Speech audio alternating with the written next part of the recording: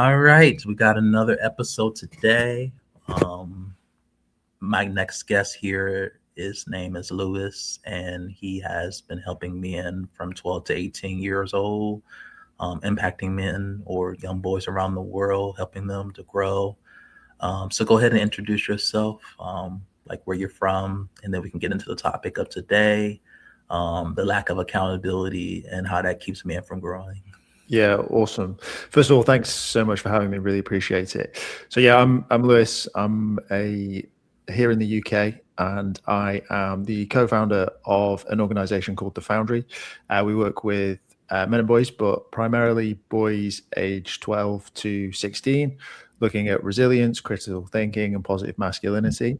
As part of my work, I am also the trustee of a charity here in the UK, which is the Association of Male Health and Wellbeing, which is a charity that is sort of the overarching body for all men and boys charities and non-profits here in the UK. But we also work closely with the UK government to try and push issues that are affecting men and boys.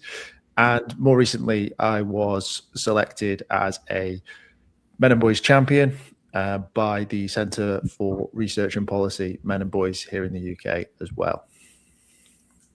That's wonderful to hear, Lewis. It's always good to hear positivity going around in the world because the world is kind of chaos right now, and you just never know what people are going through mentally. So I commend you for being a champion for the young boys and being that's growing up to be young men.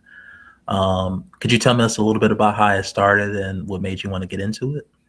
Yes, so this all started with my own sort of personal journey.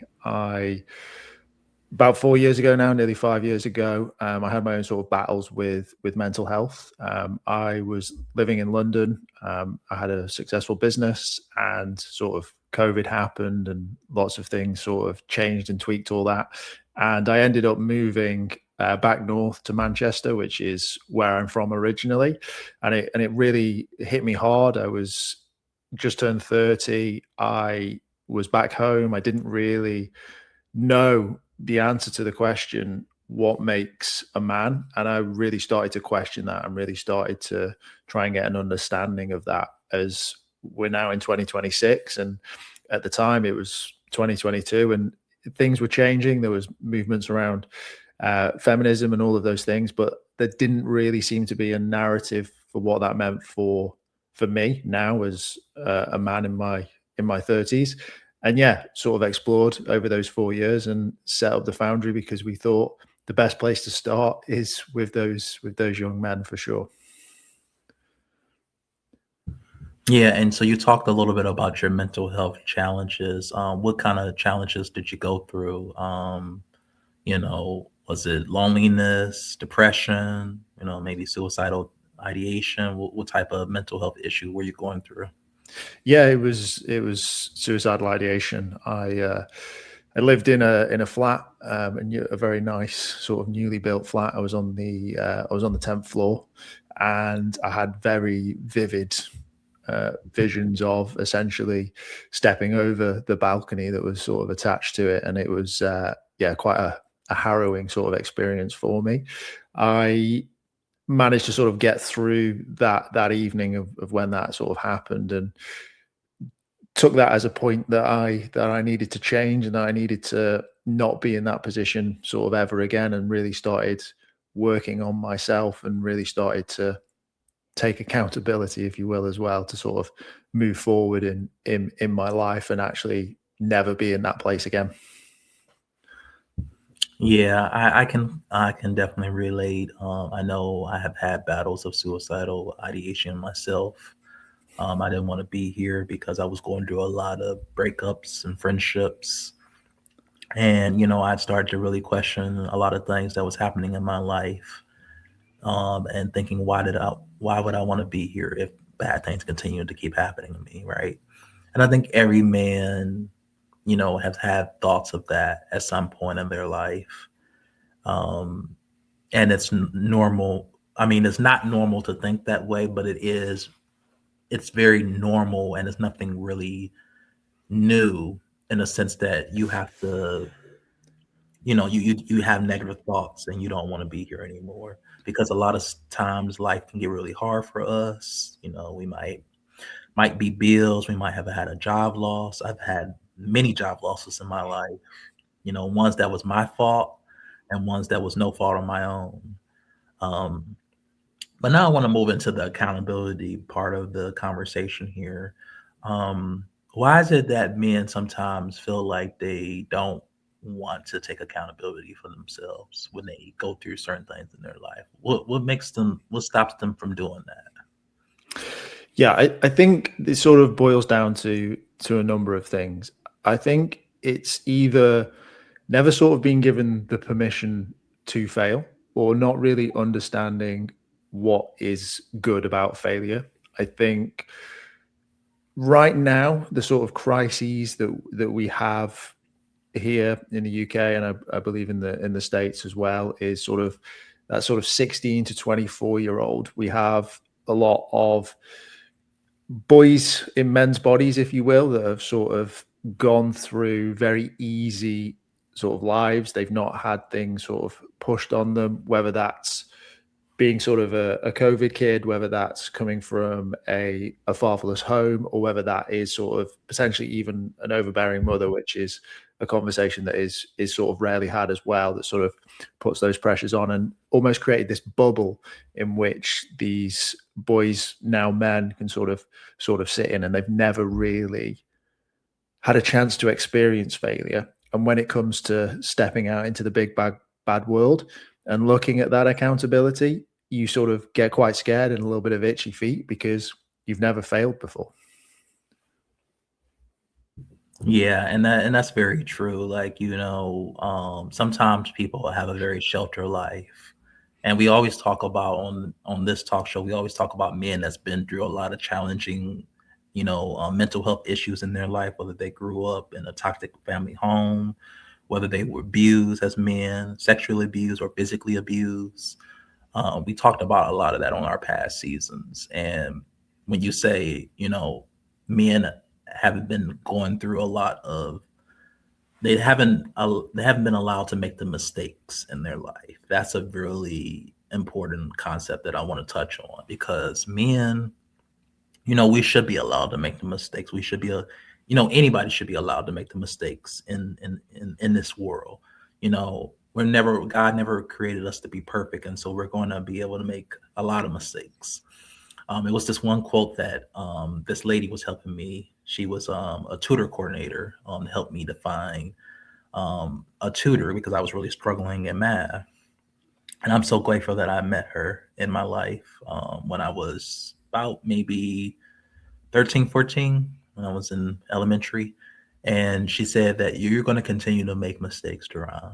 So I need you to, you know, don't hold that over your head. Don't continue to go through life and saying and beat yourself up. Man, I made a mistake. Every time you make a mistake, because that's not going to help you to grow in life. You got to learn the mistakes in order to grow. And I think men sometimes forget that, you're human, right? You're going to make a lot of mistakes until the day you die, right? Like, you're not going to go through this life being perfect. But then there are men that are very sheltered, that maybe haven't had a lot of life experiences. So when they do make a mistake, it is hard for them, right? In a sense that they think that, oh man, why did I do that? Why did I do this? I failed in my relationships, my friendships, and they beat themselves up really so bad, and then they fall into this dark, deep depression that they can't get out of, because they never was taught that it was okay to make the mistakes. And I just pray for those men every day. Um, I want this to be a conversation where, we can take away and realize that, there's beauty in mistakes, right? Because after so many mistakes, you bump your head and you learn something from that. Or at least I hope that you will learn something from the things that you've been through in your life. You know, I've had a lot of failed relationships and friendships, and I go back to the question, what did I do wrong? And the answer to that question is, sometimes I did do something wrong, right? I never accepted the account of, I never was accountable for the things that I put or the energy that I put into those friendships, right? And we talk a lot about friendship. Sometimes it could have been just calling people because they needed more help, right? Or talking to that brother or talking to that sister or whoever your friends are. That's something that you are accountable for, right? Like you have to be able to make time for friends if you really want friends, right? And a lot of times people say, "Oh, I'm too busy. I'm working. I'm this and that." Well, you're not being accountable, and then that's what makes the friendship decline because you're not putting any effort into it. And even a relationship with a girl or whatever, whatever your partner is, sometimes you have to be able to make time for date nights or make time for anniversaries. You can't always say my schedule's too full, right?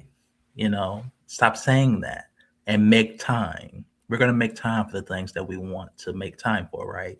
So we got to make time for everything that's in our life, whether it's a spouse, whether it's a friend, whether it's a job, whether it's studying for that, promotion or whatever it is. We have to make time and stop saying that we don't have time because the truth of the matter is we have 24 hours in the day and maybe 8 or 9, sometimes even 9 or 10 hours we're working.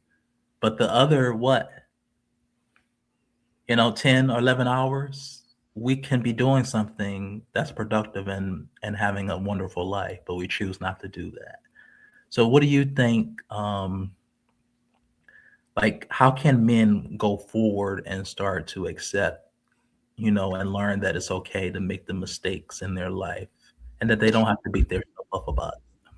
Yeah, I think when it comes to sort of relationships and friendships and sort of the breakdown of them, I think what tends to happen is history repeats itself, right? So you end up getting into similar relationships with similar people, whether that's friends or whether that's romantic. It's There isn't really much sort of, let me take a step back, let me see what, like you say, what did I do right in this relationship? What did I do wrong in this relationship? Do I want to change those things? Are those things that I do want to change? Do I want to be going on expensive date nights, or do I want to be sort of traveling the world and sort of these things? And then look for that in your next your partner or friendship that you do. I think we really struggle to take lessons forward, which is sort of where you see people going from abusive relationship to abusive relationship, right? Or seeking out partners that they can potentially sort of manipulate, and the vice versa of that. And I think it's really important that when something does break down, that you take a moment to sort of sit with it, to sort of digest it, and actually almost make notes on it. Like, I like this, I didn't like this, and really then start to put that out into the world, into what you want to do next and who you want to be with next. I think that's how we grow, and that's how we sort of, like we've sort of discussed, learn from these mistakes or learn from these relationships, and actually start to move forward and become a better person and a better man in those scenarios as well. I think that's where the foundation starts with all this, is when something goes wrong, it's assess it. Don't blame it. Don't blame it on anyone. Don't blame it on yourself. Just assess what was there, and then take what you liked and remember what you didn't like. And I think a lot of times when we're, talking about friendships and relationship, we always quick to say the other person did that, right? But we have to accept the things that we did too wrong in these friendships and relationships. And we never really talk about that. We always talk about, they were jealous of me or, they did everything wrong. I was perfect. No, you were not, right? Because if No you way. were, then why did the friendship end? Why did things end? And we know there are times where people do things wrong to people, or and you have to cut people off or you have to get out of the toxic relationships, like you said. Like, we understand that toxic friendships or toxic relationships is wrong, and we will not be part of that. We won't be another statistic if something happens. We won't be that. But then there are the part where you when you do something wrong in a relationship, you might have cheated, you might have been abusive, you might have been vindictive, or evil towards that person. And that's something that you have to own up to, right? And men, men, we have the stigma for men that, you know, there are not a lot of good men in the world. And, in terms of women say that about Yeah. us. Um, and I just think that that's not true I mean, it might be true to some degree, but I don't think all men are bad. And that's where, you gotta, really, um, jump in and say, this is, um, kind of not right.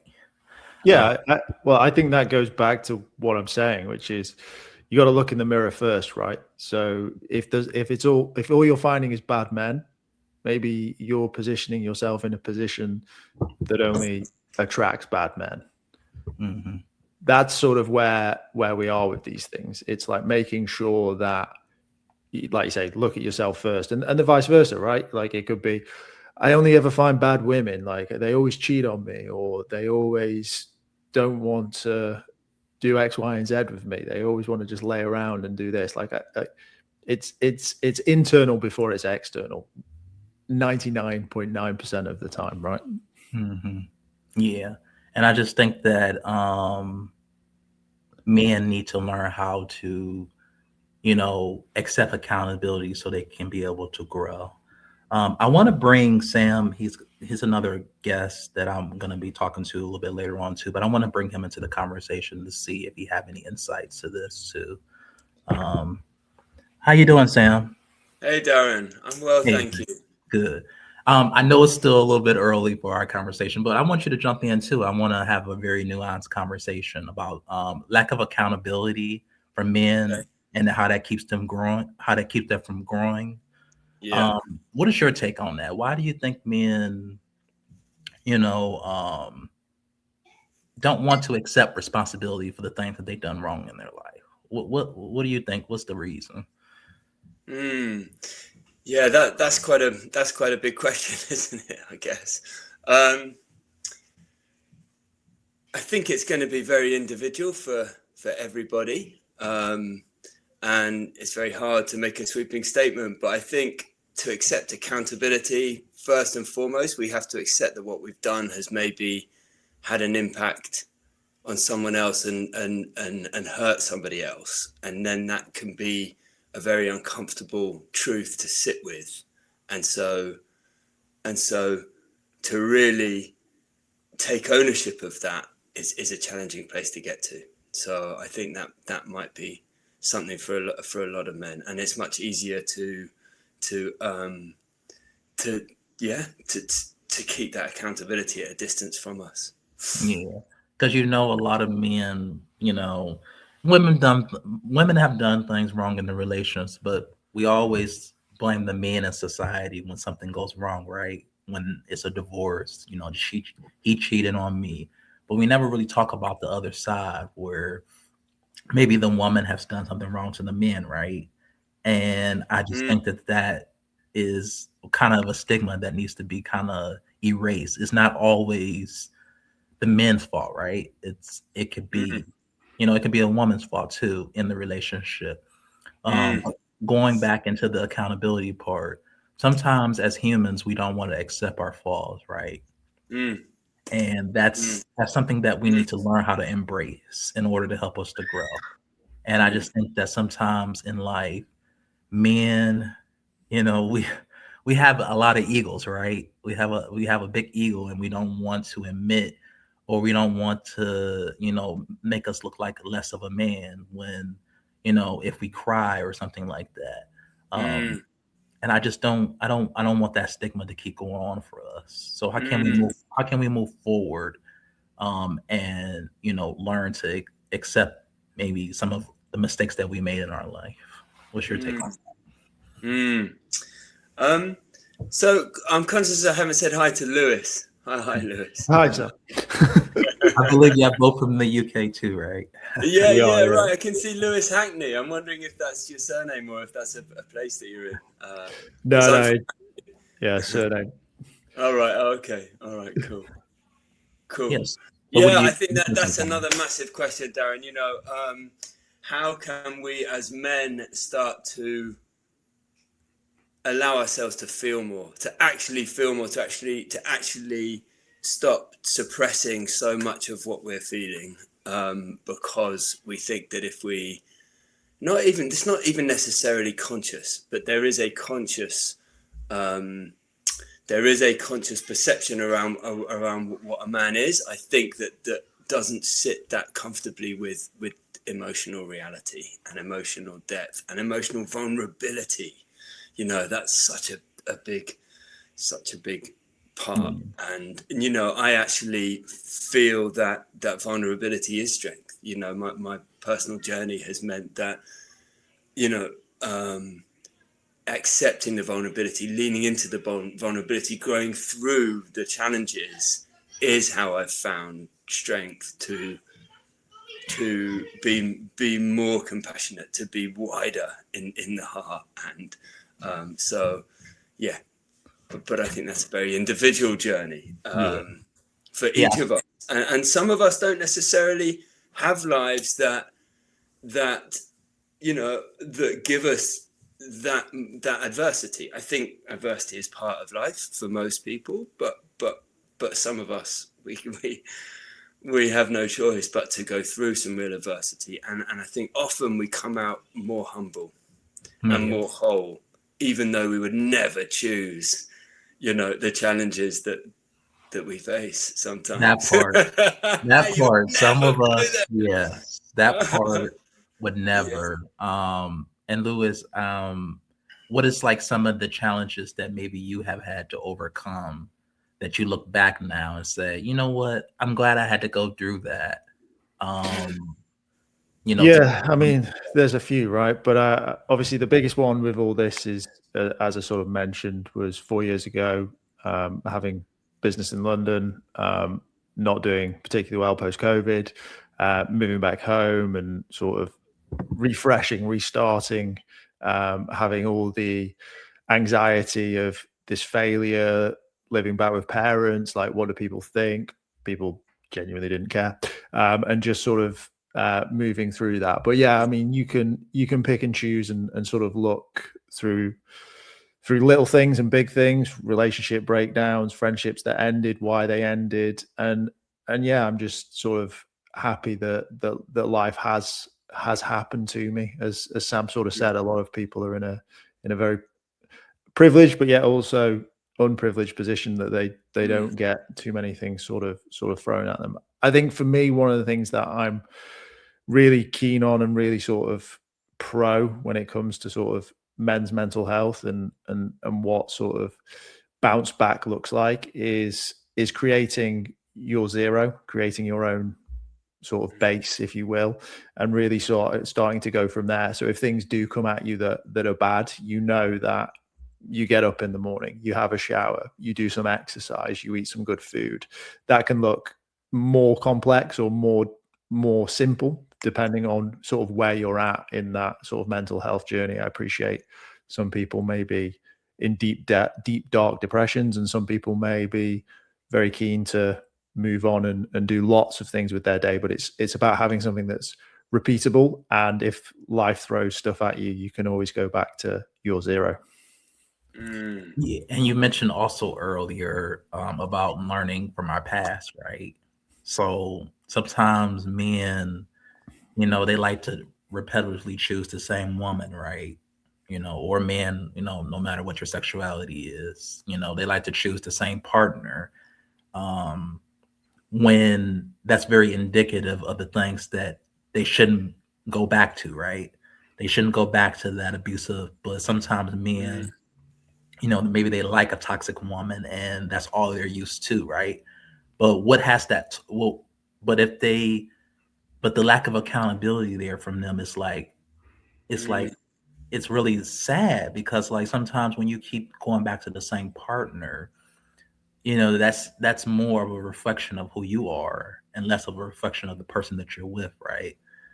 You know, so sometimes you can't keep going back to the same partner that was abusive or talking negative towards you or doing things bad, and that's not good for your mental health. Yeah, 100%. I think the sort of overarching sort of theme that I've mentioned through this is you got to look at yourself first. It's 99.9% going to be you first. Look in the mirror and sort of step into the world that way. There are a lot of men that won't want to do that and don't want to do that, and that's the unfortunate sort of overarching sort of theme of this podcast about not taking accountability. But I think if you're listening to this and it is something that you want to do, and you do want to start moving forward and starting to create a better and healthier life for yourself, then start by looking at you and what you want out of a life, out of a partner, out of friendships, out of work, and build from there. Yeah, and that's good. And as we wrap up our conversation, Lewis, and then I'm gonna go with Sam. But as we wrap up our conversation, I wanted to just briefly go through like our history of just being able to realize some of the things that maybe we done wrong and that we could have done better in our life to move forward. Like, because we never have self-reflection enough in our life sometimes, and I feel like that it's going to help men that's watching this around the world to know that it's okay to make a mistake, but you still have grace and you still have room to grow, and you're going to continue to keep making those hopefully you don't continue to keep making those same mistakes, but to move forward.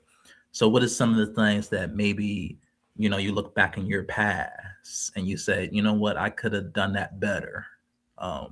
What is some of the, if you don't mind sharing for a couple of minutes here? Yeah, I think there are a number of things. I think maybe to go sort of full circle with obviously the work that I'm doing, if I was to sort of go back to school life and things that I'd done there, then for sure, like you may want to have worked harder or put certain things in place that made sure that you got the grades that you needed and sort of moved on life with that way. But if I then sort of zoom out fully and look at it again, it's a bit like, well, would I be the man that I am today if I hadn't made those mistakes? And I think as we sort of alluded to, it's like, if we keep making mistakes and we learn from them, then they're not really mistakes, they're just lessons. And I think that's the most sort of important thing. I think I have lived not like that in the past, where I've been hooked up on these mistakes and sort of kicked myself and wanted to redo time and create a time machine and go back and change everything. Whereas now I feel more confident and more comfortable in what will be, and we just sort of move and work from there. Yeah. And to kind of end this, I think that some of the mistakes that maybe like you said, if I would have never made the mistakes that I made, I probably wouldn't be where I'm at in my situation right now, where I have a good job and that's sustainable and that I can grow for. But I think the mistakes that if I hadn't made the mistakes, I don't think I probably will be, the man that I am today. Because I think about a lot of times where I was afraid to make mistakes, right? I was afraid of, letting people in. My heart was guarded. I didn't want people to kind of know the real me. I didn't know, because I was really not a good person when I was younger. I always pretended to be like a good person so I could just have people around me. But it's okay that, I should have kind of, not embraced my, dark side more, but I kind of wish that I would have learned how to balance it, because sometimes you need that. You need kind of like darkness sometimes, to get out of the light, if that makes sense. Like, you need to protect your own heart too, because sometimes people come into your life that might be even worse than you. And you have to learn how to protect that energy so you don't become a worse person, right? And so I always think to myself, man, if I didn't go through the mistakes of hustling from job to job, trying to make money in life, I wouldn't know how to survive today, right? I wouldn't know how there's so many sites to make money from, if you, kind of like lost your job, there's so many side gigs that you can, sign up for to kind of compensate while you're waiting for a full-time job. And a lot of people don't know that. But if I hadn't made those mistakes early on in my life, I would have never known those particular websites to do that.